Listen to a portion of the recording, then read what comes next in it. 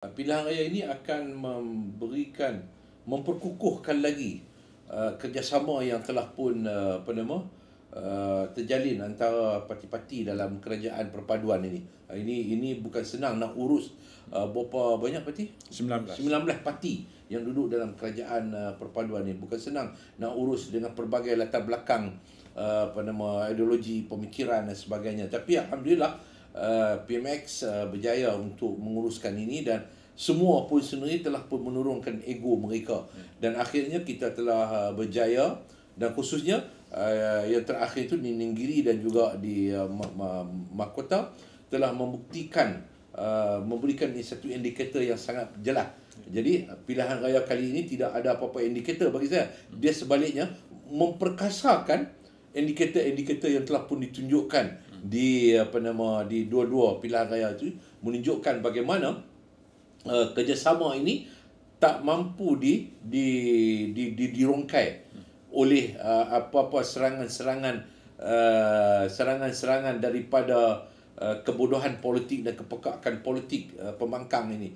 Malah sebaliknya, dia akan pilihan raya pada kali ini akan memberikan satu jawapan yang jelas untuk masyarakat pengundi di DUN Air Kuning ini, mewakili rakyat Malaysia untuk melenyapkan terus soal sensasi politik yang kaum dan juga agama seperti mana yang telah pun disebut oleh Kebawah Duli Tunku Sultan Perak, iaitu maknanya orang masih lagi mensensasikan isu-isu kaum dan juga isu-isu agama ini. Jadi saya percaya dan penuh yakin ini akan memberikan satu masa depan yang jelas. Keputusan itu nanti yang bakal memenangkan calon daripada kerajaan perpaduan, daripada calon perpaduan diwakilkan oleh Barisan Nasional ini akan memberikan kita katakan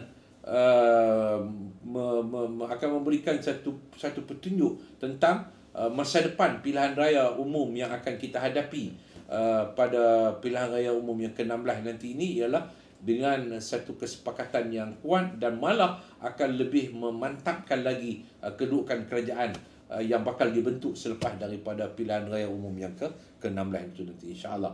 Jadi saya ucapkan selamat mengundi kepada pengundi-pengundi di DUN Air Kuning ini, dan kepada yang ada di luar daripada DUN yang mengundi di sini, baliklah mengundi untuk kita tunjukkan kita bersama dengan Kebawah Duli Tunku Sultan Perak Raja Nazrin, bahawa untuk menolak, melenyapkan usaha-usaha untuk mempolemik, memperdebat dan mempolitikkan dan mensensasikan isu-isu yang berkaitan dengan soal agama dan juga bangsa.